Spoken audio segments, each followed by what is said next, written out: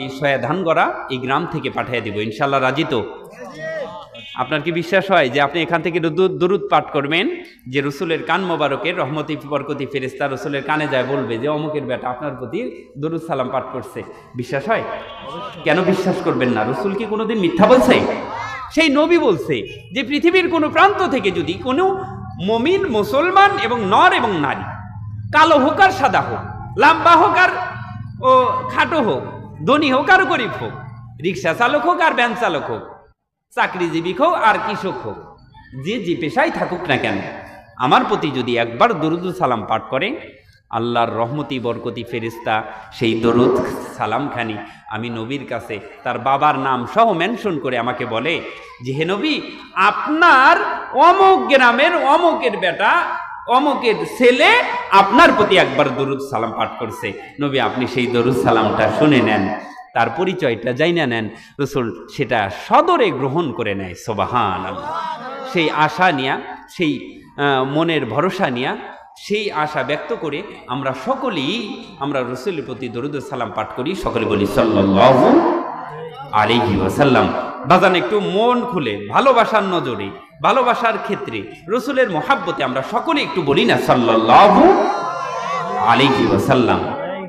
আবার একটু মন খুলে প্রাণ খুলে বলেন না সাল্লাল্লাহু আলাইহি ওয়াসাল্লাম।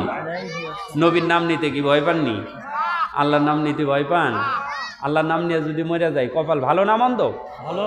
আর জোরে বলেন ভালো না মন্দ? আচ্ছা, আপনি আল্লাহ আল্লাহ জিকির করতে করতে মরে গেছেন, আপনার কপাল ভালো নাকি আর একজন খালি ওই বাজারে চাষটালে ওই সিনেমা দেখতে দেখতে মারা গেছে? দুইজন কি এক হইল নি? অনেক হবে। সেই জন্য সময়ের কসম খাইছেন আল্লাহ। আল্লাহ তাআলা কি বলে জানেন? আল্লাহ তাআলা বলে যে আমরা মানুষেরা, তোমরা যখন কোনো কিছু সত্যতা যাচাই করার জন্য, মানুষকে বিশ্বাস করার জন্য, মানুষকে সেটা গ্রহণযোগ্যতা আনার জন্য তোমরা আমার কসম খাও। আমরা বলি না আল্লাহর কসম? কসম খাই না? কসম খাই। তো আল্লাহ ডাক দিয়া বলে তোমরা আমার কসম খাও। আমি আল্লাহ কার কসম খাবো? সেই জন্য আমি সময়ের কসম খাইলাম। সময়ের কসম খাইলাম। সময়ের কসম খায়া আল্লাহ ডাক দিয়া বলেন যে সময়ের গুরুত্ব তোমরা দাও, সময়ের গুরুত্ব দিতে পারলে তোমরা কামিয়াবি হয়ে যাবে। সুবহানাল্লাহ। প্রথমে কোরআনে কারিম থেকে একটি আয়াতে কারিমা তেলাওয়াত করেছি বাবা, প্রসিদ্ধ একটি আয়াত। এই আয়াত আমরা সকলেই জানি, ওয়ামা আরসালনাকা ইল্লা রাহমাতাল লিল আলামিন। আমি নবী সম্পর্কে কথা বলবো। আল্লাহ তাআলা নবী সম্পর্কে কোরআনে কারিমের মধ্যে বর্ণনা করে দিয়েছেন, নিশ্চয় পৃথিবীর মধ্যে সবচাইতে শ্রেষ্ঠ মহামানব হলো আমার আপনার নবী, তাই না? আমাদের নিঃসন্দেহে বিশ্বাস করতে হবে।